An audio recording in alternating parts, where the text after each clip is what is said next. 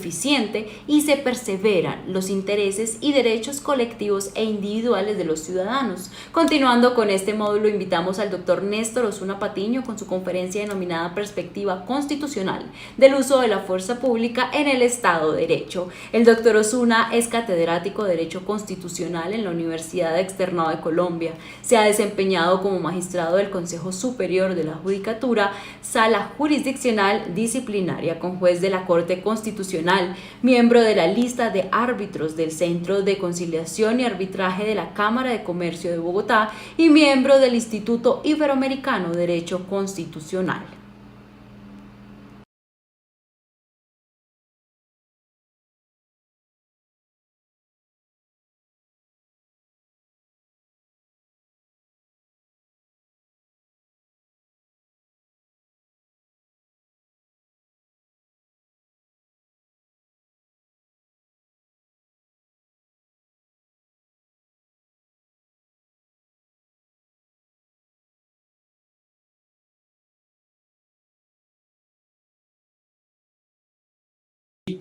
También pues por tener la ocasión de dirigirme a ustedes justo después del doctor Humberto Sierra Porto para tratar un tema semejante, incluso escuchándolo a él, pues veo que se comprueba que en esta ocasión también hay una coincidencia entre el sistema interamericano, las directrices que nos llegan del derecho internacional y el régimen constitucional en el uso de la fuerza pública, que es el tema que me han encargado que exponga frente a ustedes en los próximos 40 minutos, una perspectiva constitucional del uso de la fuerza pública. Ahora, cuando escuchaba al doctor Sierra, pues él hablaba del principio de necesidad estricta y del principio de proporcionalidad también estricto en el uso de la fuerza pública, pues constataba que efectivamente, así como lo ha hecho la jurisprudencia y la doctrina interamericana, también nuestra legislación, nuestra jurisprudencia y nuestra doctrina han adoptado en esos mismos términos esos principios de necesidad estricta, de proporcionalidad en el uso de la fuerza.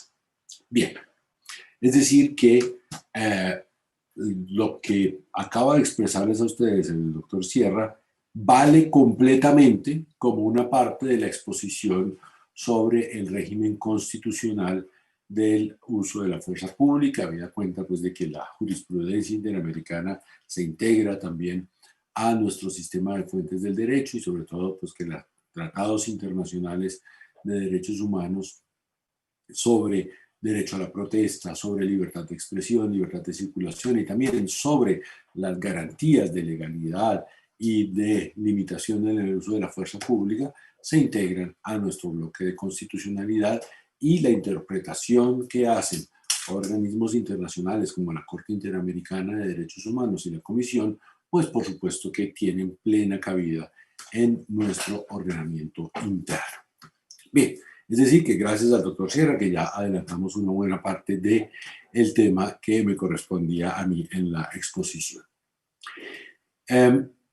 Dado que lo que se me ha solicitado es hacer un análisis desde una perspectiva constitucional del uso de la fuerza pública, yo quisiera manifestar que considero que es posible englobar, digamos, en unos pocos principios el régimen del uso de la fuerza pública entre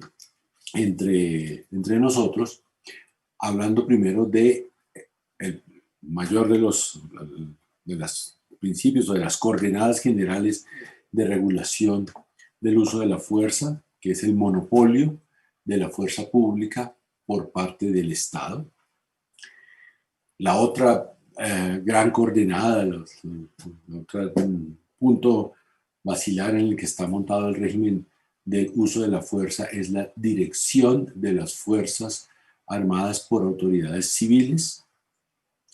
Y también quisiera mencionar la distinción entre fuerzas militares y fuerzas de policía, tanto en su función como en el ejercicio, ¿no? Y en el régimen también de quienes ejercen una y otra función.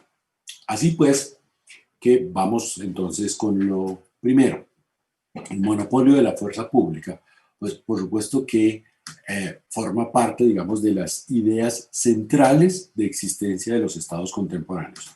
Desde hace mucho tiempo, desde hace unos 400 años, desde que se comenzó a hablar de soberanía estatal y desde que se organizó el mundo conforme a ese principio de soberanía estatal, pues se ha venido manifestando, se ha venido construyendo, no sin dificultades, ese principio del monopolio de la fuerza y del uso de la fuerza pública por parte del Estado.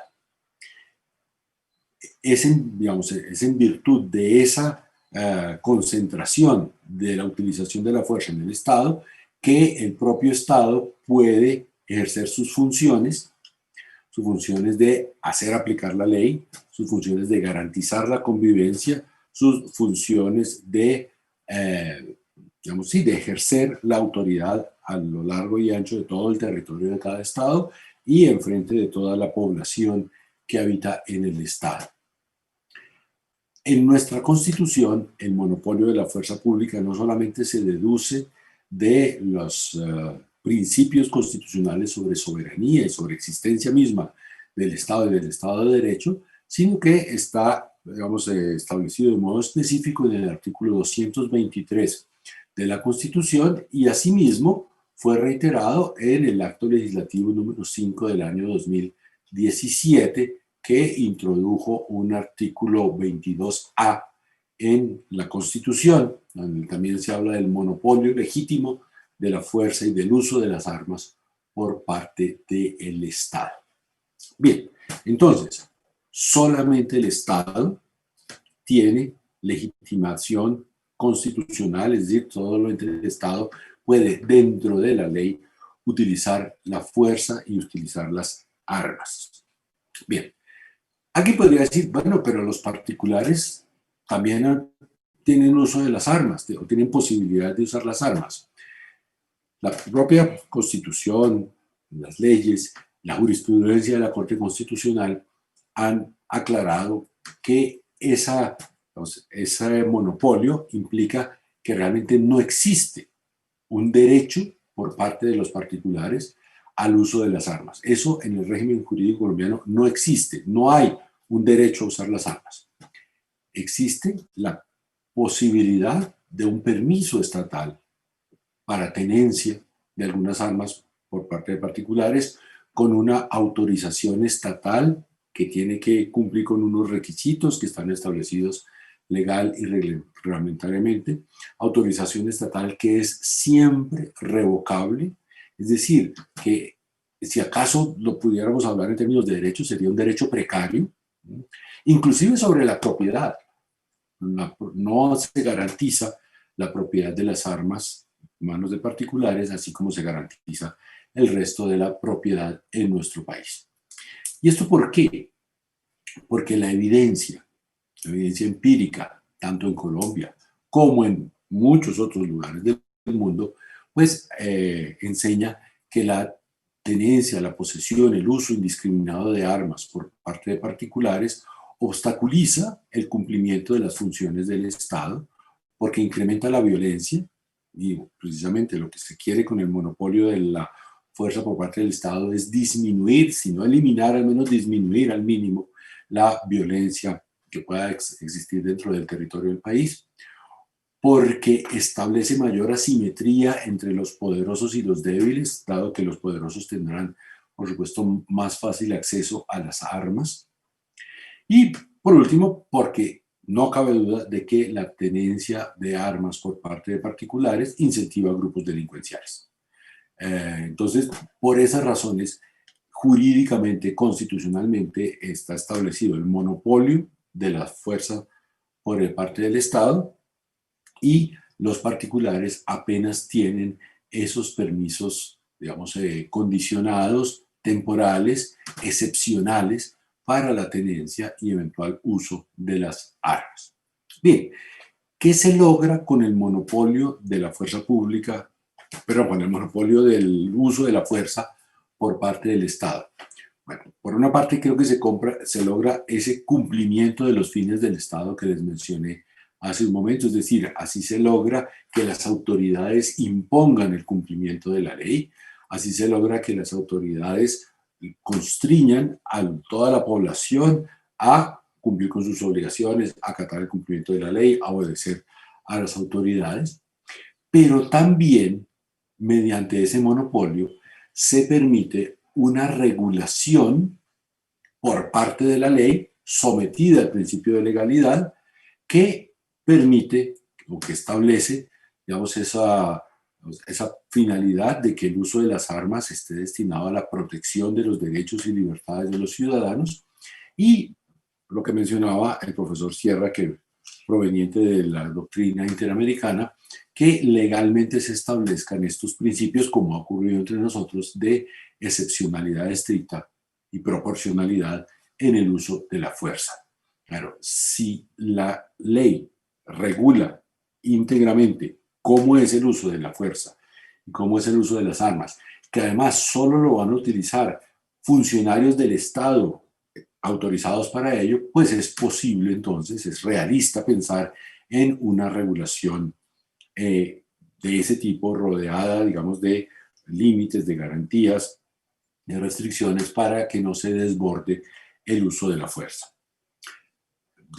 Acabo de recordar, decía el profesor Sierra en la charla que acabamos de escuchar, que finalmente, más allá de las restricciones y de las precauciones y prevenciones que se tengan para un uso más razonable de la fuerza pública por parte del Estado, pues la moderación en el uso y la finalidad correcta en su uso solo se logra con una adecuada educación en derechos humanos a los miembros de la fuerza pública. Bueno, pues precisamente el artículo 222 de nuestra Constitución ha sido establecido de modo explícito, ¿no?, que en sus procesos de formación y de educación los miembros de la fuerza pública deben obtener una educación adecuada en derechos humanos.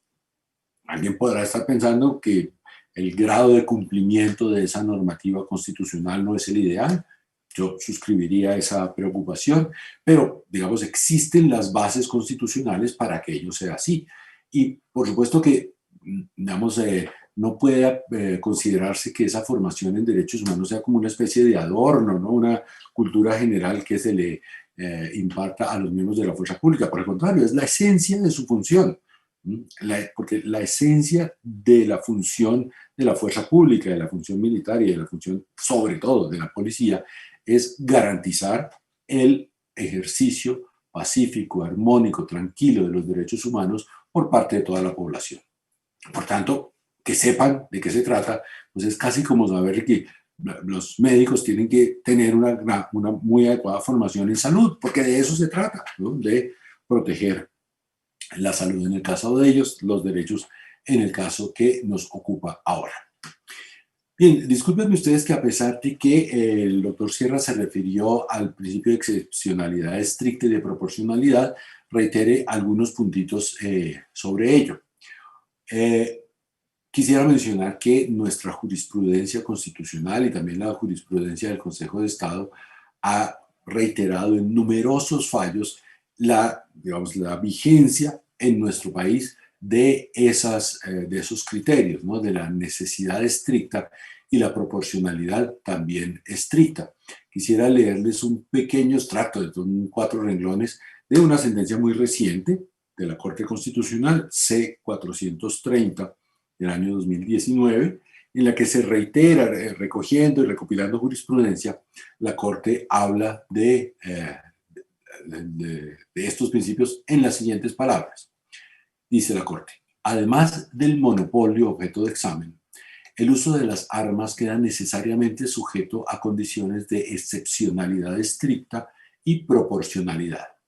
Quiere esto decir que la actividad armada del Estado será compatible con la Constitución solo cuando, primero, sea ejercida por los integrantes de la fuerza pública, así como los servidores a los cuales el legislador haya investido para el efecto. 2. Cumpla con los propósitos que para la fuerza pública ha previsto la Constitución. Ya nos vamos a referir a ellos. Tercero, se ejerza de manera imperiosa, esto es, cuando no exista ninguna otra medida disuasoria que permita el cumplimiento de las normas legales, es decir, necesidad estricta, y del mismo modo cuando se trate de un escenario donde resulte jurídicamente admisible el uso de la fuerza. Y cuarto, dicho uso cumpla con criterios de proporcionalidad, también en sentido estricto, lo que implica que solo pueda llevarse a cabo en la medida absolutamente necesaria para confrontar la amenaza a bienes constitucionales de la más alta entidad. Bien, o sea, que en consecuencia el uso de las armas y el uso de la fuerza pública no es discrecional, sino que está regulado por la ley, está, está sometido a unos principios estrictos en su uso. Y para, digamos, profundizar un poco lo que él mencionaba en la idea de la excepcionalidad estricta o necesidad estricta y proporcionalidad, quisiera mencionar lo siguiente. El principio de necesidad se cumple si yo puedo responder afirmativamente una pregunta muy sencilla, y es si era necesario utilizar la fuerza, utilizar las armas para lograr el fin que me propongo, ¿no? Si para, no sé, lograr la comparecencia de un ciudadano ante la autoridad es necesario utilizar la fuerza o no lo es. Porque si no lo es, entonces está prohibido utilizarla. Esa es, digamos, la consecuencia del principio de necesidad, que si no es necesario, entonces deviene prohibido. Y como esa necesidad es estricta, ¿qué quiere decir que sea estricta? Que al ser ese juicio de necesidad, yo debo realmente plantearme todas las posibles alternativas al uso de la fuerza, y si existe alguna alternativa para lograr el fin propuesto sin el uso de la fuerza, entonces no se supera ese juicio de necesidad. Entonces, digamos, no es necesario el uso de la fuerza. Si pensamos en la comparecencia, un ejemplo pues, que se me acaba de ocurrir y probablemente no sea el más feliz, pero la comparecencia de una persona ante una autoridad, pues mire, puede ser el simple persuasión como ciudadano cumplidor de la ley lo que lo haga ir a comparecer ante una autoridad cuando ha sido citado. Puede ser el temor a una consecuencia negativa como pérdida de un empleo, de una ventaja, una multa, en fin. Puede ser presión social, puede ser, no sé, si es un personaje público, con unas cámaras mirando si compareció, si no compareció, en fin. Con que cualquier otro mecanismo permita que se cumpla con el fin que se proponía, eso hace que ya no sea necesario utilizar la fuerza pública y por lo tanto queda prohibido utilizarla. Y en cuanto a la proporcionalidad también estricta, la proporcionalidad a lo que alude es a que la intensidad del perjuicio, del dolor, de la afectación que se ocasiona con el uso de la fuerza no sea de mayor intensidad a el valor del beneficio que se va a obtener con ella. Es cierto, por ejemplo, que mediante el uso de las mangueras de agua a presión tipo bombero se puede disolver una manifestación. Ahora, es digamos, la afectación que eso acarrea para el derecho a la protesta, para la libertad de expresión, para la libertad de circulación, es, digamos, no debe ser más intensa que el valor que tienen esas libertades. Dicho en términos de buen colimense, digámoslo así, no puede ser más caro el caldo que los huevos. No puede ser que para lograr un pequeño fin, como por ejemplo eso de hacer que los manifestantes, que las personas que van por la vía pública protestando se pongan en la acera o no ocupen todos los carriles, sino solamente uno de los carriles, pues vamos a utilizar esas mangueras. Es desproporcionado ese uso de la fuerza para lograr el fin que se quiere. Entonces también ahí el juicio de proporcionalidad se hace con carácter estricto.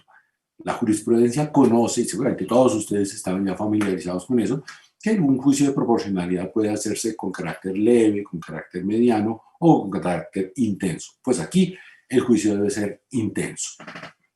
Quisiera mencionarles algo que es, digamos, está en semilla realmente, pero lo he visto mencionado ya en en 2 o 3 sentencias de la Corte Constitucional, y es que al mencionar estos principios establecidos por la ley para el uso de la fuerza, también se ha referido al principio de precaución. Y esa no es una palabra gratuita, no es una palabra, digamos, de uso general ahí en la jurisprudencia, porque el principio de precaución proviene del régimen del derecho del medio ambiente, de las preocupaciones ambientales. Sin embargo, es cierto que el principio de precaución ya se está utilizando en otras áreas temáticas que no tienen que ver con la protección ambiental. Por ejemplo, en la protección de la salud también se habla del principio de precaución, y en otras actividades que pueden suscitar daños. ¿En qué consiste el principio de precaución? La idea es la siguiente: cuando existe la potencialidad, la amenaza, digamos, de que una actuación cause un daño serio e irreversible, es decir, pensemos, utilizar un tipo de armas, utilizar una estrategia de fuerza, de contención, pueda causar daños serios, entonces, la falta de certeza absoluta de que esos daños se causarán no debe utilizarse como razón para evitar medidas de mitigación de ese daño, de ese posible daño. La cosa parece un poco enredada, o tal vez no lo mencioné en los términos más claros, pero quiere decir lo siguiente. Cuando yo tengo la certeza de que una actuación va a causar un daño, pues ya o está prohibido, o yo tendré que asumir algunas consecuencias por incurrir en esa conducta. Pensemos, yo sé que si yo voy a talar un bosque, voy a causar una depredación ambiental, y entonces puede ser que la consecuencia sea que esté prohibido. O si no está prohibido, pues yo tengo entonces que sembrar tantos árboles equivalentes a los que corté y pagar un impuesto más caro del que me hubiera correspondido pagar, y resarcir unos daños. El principio de precaución va mucho más allá, porque es cuando la actividad que yo voy a desarrollar es posible que cause un daño, pero no estamos seguros de si eso causará un daño o no. De todas maneras, yo tengo que tomar todas las medidas para intentar evitar ese daño del cual no tenía certeza. Entonces, pensemos lo siguiente: la utilización de unas determinadas armas que no parecen letales, pero que podrían serlo. Esa falta de certeza me obliga a actuar como si lo fueran, por poner un ejemplo. O una estrategia, digamos eso, de una forma como el ESMAD actúa frente a desórdenes, es muy posible que conduzca a lesiones personales graves de personas. Pues entonces, aunque eso no esté completamente comprobado, el principio de precaución obliga a tomar todas las medidas para evitar ese posible, contingente, eventual daño que se podría causar. Ese principio de precaución todavía está, digamos, con dientes de leche, llamémoslo así, pero es muy posible que vaya tomando mayor fuerza. Digo, está con dientes de leche al aplicarlo a las actuaciones y al uso de la fuerza pública. En materia ambiental está ya ampliamente desarrollado, pero lo he visto que se comienza a invocar también cuando se trata de uso de la fuerza pública. Bien, eso, por ahí dejaría yo la exposición, porque veo que el reloj avanza, sobre el monopolio del uso de la fuerza pública por parte del Estado. Reitero simplemente que ese es el que permite esa regulación estricta, esa sujeción al principio de legalidad de modo estricto para quienes para quienes ejerzan esa atribución de uso de la fuerza pública.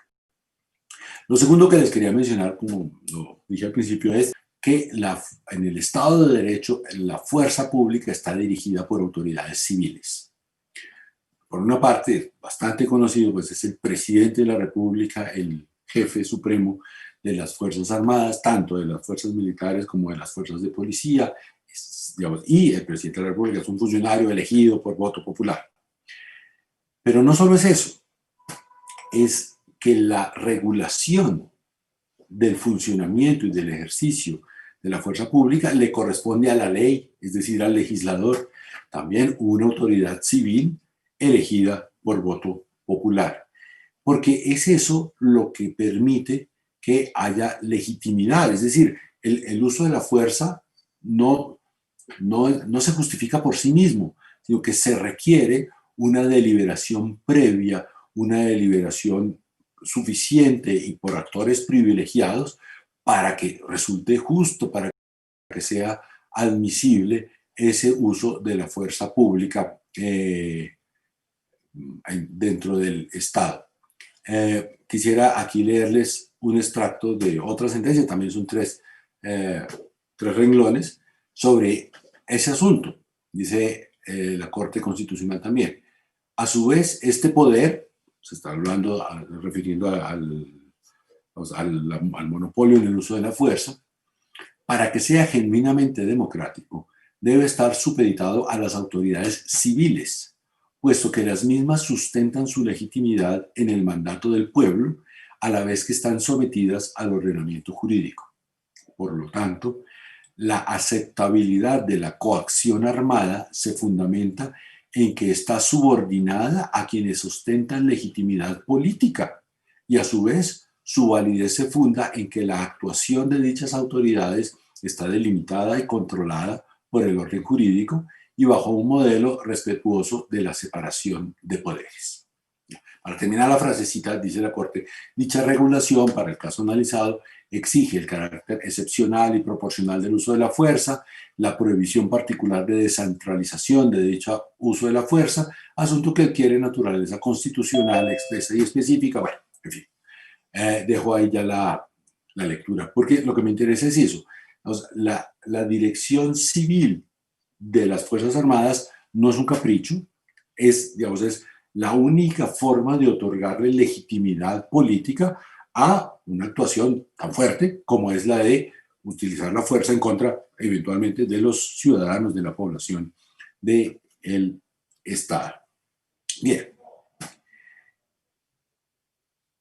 Quisiera pasar adelante con la distinción entre fuerzas militares y fuerzas de policía, que también, digamos, nuestra Constitución lo propone cuando les asigna funciones distintas y también cuando les asigna un régimen que tiene algunos elementos comunes, pero que también tiene algunos elementos diferenciados. Por supuesto, la función militar está mucho más dirigida a la defensa del territorio, a la defensa de la soberanía, ¿no? Principalmente eso, es decir, es propiamente uso de la fuerza. Y la función de la policía está más dirigida hacia garantizar la convivencia, hacia garantizar el cumplimiento de la ley por parte de la población y a garantizar la vigencia plena del régimen de derechos y libertades entre toda la ciudadanía. Bien, entonces tienen funciones distintas. Eso digamos, acarrea, por ejemplo, que el uso de las armas sea más intenso, con armas de una letalidad muchísimo mayor por parte de las fuerzas militares y mucho menor, tanto en la intensidad del uso como en la capacidad o en el tipo de armas por parte de la policía. Porque es que la policía es una fuerza civil, bueno, esa es la otra, ¿no? Que la Constitución la define como una fuerza civil que está, digamos, cuya función es garantizar una convivencia armónica entre los ciudadanos y por lo tanto el uso de las armas, el uso de la fuerza es excepcional. Yo sé que a veces nos parece que no es tan excepcional porque vemos que se usa mucho, pero según el régimen constitucional debe ser siempre una especie de última ratio, de última herramienta para garantizar esa convivencia armónica. Además es para eso, no para otras cosas, que se utiliza la fuerza. Bien, además de esa función, me gustaría reiterar, o me gustaría manifestar, pero más bien, que la distinción entre militares y policías, o entre fuerzas militares y fuerzas de policía, también tiene consecuencias en el régimen, digamos, de obediencia o en el régimen, sí, de responsabilidad de unos y otros. Mientras que, dado el principio, digamos, fuerte de disciplina y de garantía de la soberanía que recae sobre las fuerzas militares, para ellos está garantizado el principio de obediencia debida, es decir, que el militar que ejecuta una orden de un superior no responde por los resultados de esa orden, sino que responde es el superior que dio la orden. Eso tiene sus límites, eso es una cosa ampliamente controversial, pero digamos que existe. En cambio, en el caso de la policía, hay plena responsabilidad de la gente que cumple una orden, tanto como del superior jerárquico que le imparte. Es decir, no hay allí ese principio de obediencia debida que exonere de responsabilidad a quien ejecuta una orden que fuera ilegal o que contuviera una violación de un derecho fundamental, un abuso, es decir, que no estuviera sometida a ese principio de necesidad estricta, de proporcionalidad, ahora parece también que de precaución. Bien, para terminar, que ya veo pues que me queda muy poco tiempo, quisiera en materia de fuerza de policía distinguir entre tres asuntos que ha distinguido la jurisprudencia, que es el poder de policía, la función de policía y el uso y las autoridades de policía. Bien, ¿a qué se refiere esta distinción jurisprudencial que me parece bien interesante? Bueno, se llamaría poder de policía, digamos, el poder normativo, el poder, sí, de expedir las normas jurídicas para el cumplimiento de estos fines propios de la policía, de asegurar la convivencia pacífica entre las personas y asegurar también el cumplimiento del orden jurídico. Entonces, ese poder de policía, si es un poder normativo, le corresponde exclusivamente al Congreso de la República, o más bien, le corresponde por definición y por orden constitucional al Congreso de la República, porque el poder normativo en materia policiva está reservado a la ley. Entonces, la ley es la única que puede manifestar hasta dónde llega el uso de la fuerza. Ciertamente el profesor Sierra se dolía hace un momento de que no exista, digamos, un estatuto legal entre nosotros, y así es, que regule eso, el límite y el alcance del uso de la fuerza en casos de ejercicio del derecho a la protesta y en ejercicio de la libertad de expresión. Pero de llegar a existir, como ojalá ocurra, pues es asunto reservado a la ley. Solamente la ley tiene poder de policía.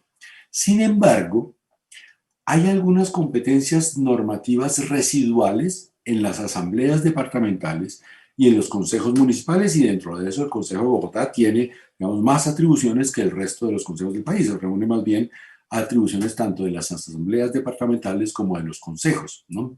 Entonces, ahí hay un poder subsidiario para fijar limitaciones, en fin, al uso de la fuerza, para aquellos asuntos que no hayan sido regulados por la ley y que la ley haya permitido regular a los entes territoriales.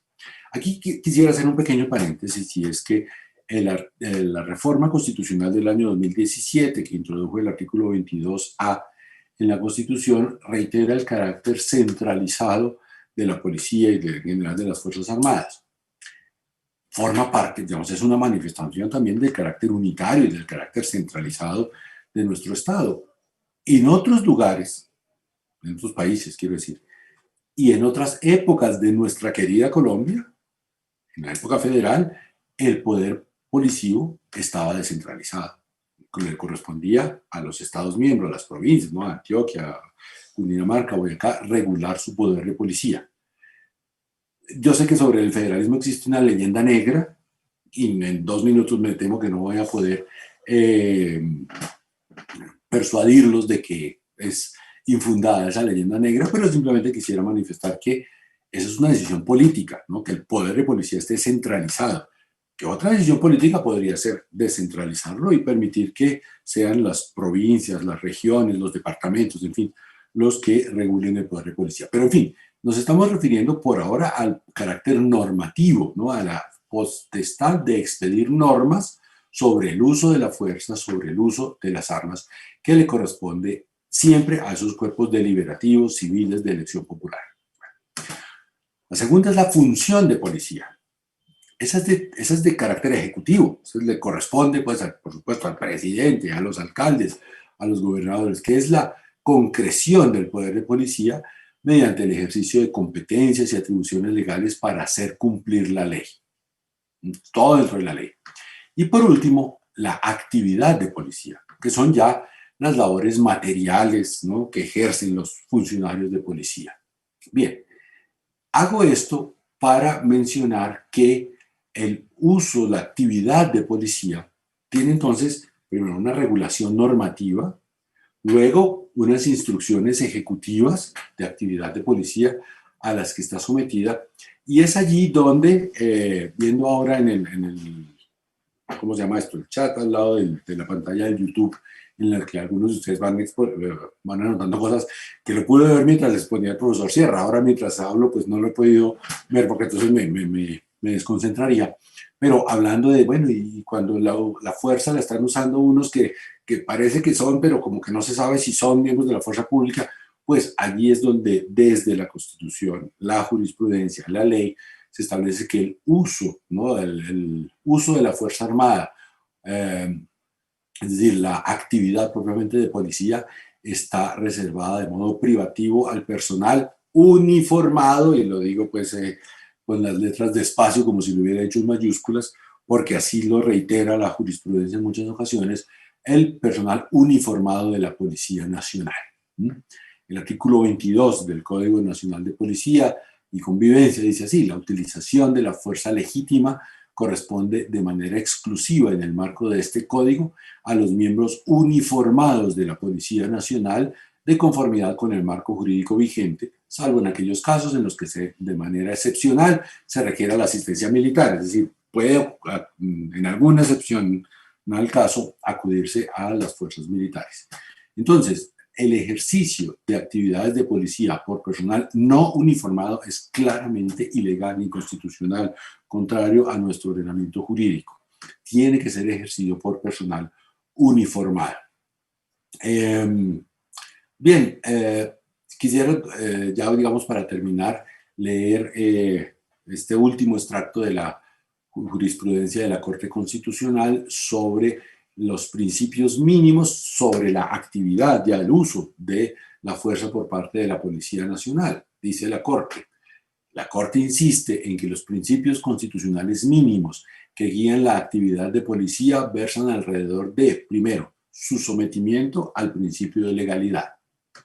2, la necesidad de que su ejercicio tienda a asegurar el orden público. 3, que su actuación y las medidas a adoptar se encuentren limitadas a la conservación y al restablecimiento de dicho orden. 4, que las medidas que tome deben ser proporcionadas y razonables, sin que puedan traducirse en la supresión absoluta de las libertades o en su limitación desproporcionada. 5, no pueden imponerse discriminaciones injustificadas a ciertos sectores, esto de la estigmatización de quienes protestan o la estigmatización de unos determinados grupos sociales usualmente marginados, está prohibido si se acompasa con el ejercicio de las funciones de policía. Bueno, está prohibido en general y especialmente, porque es el tema que estamos tratando hoy, cuando se trata del ejercicio de la policía. 6, que la medida policiva debe recaer contra el perturbador del orden público, no contra quien ejerce legalmente sus libertades. Esto pues yo creo que hay que ponerlo en mayúsculas y decirlo reiteradamente en estos cursos de formación a los miembros de nuestra fuerza policial. Y 7, por último, que se encuentra sometida a controles judiciales. Siempre la actividad policial se encuentra sometida a esos controles judiciales. Bien, yo creo que con esto ya voy terminando. El reloj ya agotó los 40 minutos que tenía para comunicarme con ustedes. Simplemente quisiera concluir que tenemos en la Constitución colombiana, acompasada además con ese régimen internacional de derechos humanos que nos expuso el profesor Sierra, con la legislación vigente y la posibilidad de legislación futura, y con la jurisprudencia de la Corte Constitucional, las bases jurídicas suficientes para tener una fuerza pública que efectivamente cumpla con esas funciones de, por parte de los militares, garantizar la soberanía, garantizar la integridad del territorio, y en el caso de las fuerzas policiales, o de la fuerza de policía, garantizar la convivencia armónica entre los ciudadanos y la vigencia del régimen de derechos y libertades de un modo tranquilo y apaciguado. Si no estamos en esa situación, tenemos las bases jurídicas para movernos hacia esa situación. No requerimos para eso ni reformas constitucionales, incluso ni tampoco grandes reformas legales. Necesitamos aplicar con seriedad este marco normativo del que les he hablado esta tarde. No es más, muchísimas gracias por haberme escuchado. Me enorgullece mucho de verdad haber podido acompañarlos esta tarde y agradezco pues a la Dirección Jurídica del Distrito Capital la invitación y espero que las labores de este seminario de 2 días les resulten fructíferas, amenas y quedo a su disposición, por supuesto, como ciudadano para cualquier situación ulterior. Buenas tardes y muchas gracias.